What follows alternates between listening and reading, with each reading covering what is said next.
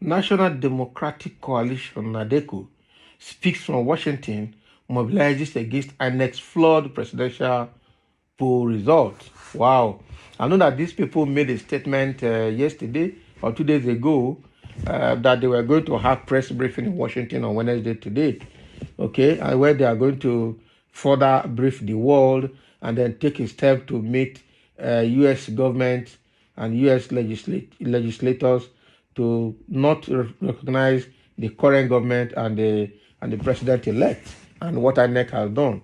I think they have actually done it. Let's see the press briefing they must have given in Washington today. First of all, they started 2 days ago by saying they have expelled Tinubu from their membership, even though Tinubu was one of the founding members of Nadeco, okay, in those days. But now, because of what Tinubu has done with INEC, they cannot close their eyes and look the other way, and they then suspended him from being their member. Okay. So now, and they said they were going to take further steps to ensure that something is done about the current electoral fraud that is done in Nigeria between Tinubu and INEC. So let's see what they have to say.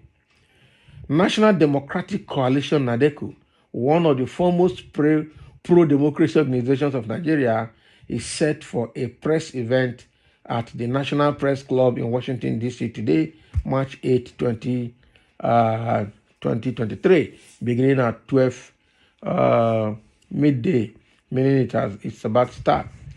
The coalition, which led the effort to send the military back to the barracks and restore democracy to the country, will at the event begin a global call for action to redress what it regards as the Independent National Electoral Commission duplicity in February 25, 2023 presidential election that endangered democracy in the giant of Africa.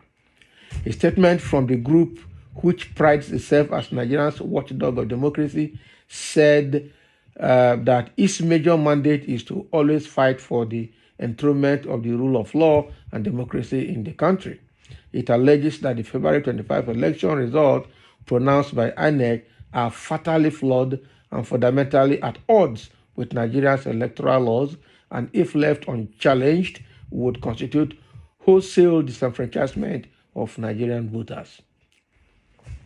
The group is alleging that the pervasive rot in Nigeria's increasingly kleptocratic political structure is responsible for the electoral fiasco that is being challenged by 3 of the major opposition parties and wants INEC to make its system more transparent so that the truth of what transpired at the polls can be made public. The group insists that the election was polluted by blatant bribery and widespread corruption, stressing that even INEC has itself admitted to its abject failure to comply with the requisite transparency laws mandating real-time electronic transmission of election results from the polling units to the public, instead opting to cloak the electronic results in darkness before emerging with a declared rather than proved winner, which is presently incapable of being fully embraced by the world. The group, which has members spread across the world, maintains that the 2023 Nigerian presidential election is an attempt to disenfranchise the Nigerian people through the 4 horsemen of the democracy's doom: bribery, intimidation, insecurity, and vote rigging, all harnessed to skew the results of the 2023 Nigerian presidential election and calls upon the people and the judiciary of the Nigeria and the international community to join hands in a concerted effort to globally condemn and absolutely reject the hasty, hollow, and illegitimate result declared by INEC as being contrary to the will of the people and the rule of law. So that is what Nadeco is doing. They are working hard to ensure that this electoral fraud that was committed by INEC and APC is brought to limelight and being investigated, and everything should be exposed so that we can correct it once and for all. Because if we miss it now, they would have succeeded entrenching a government of fallacy, okay, and trenching a bad foundation for democracy going forward in Nigeria. And it become a bad precedent and a bad case for reference in future. It become a platform or pedestal for future frauds, which might be worse and might take Nigeria to a tipping point. And that is exactly what these people are saying. And they say they are democratic watchdogs or watchdogs of democracy. And they will make sure they do something about it. And the good news is they are part of the people that actually pushed military back to the barrack. That must be after the death of Abacha, okay, when Abubakar took over and then tried to conduct an election. So that is what is happening here. Now they had a press conference today in Washington D.C.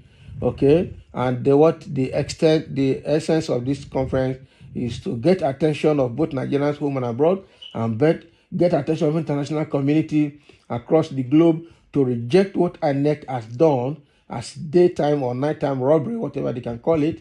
Okay, and then reject it and find a way to reinstitute a system that would stand test of time democratically. That is what these guys are saying.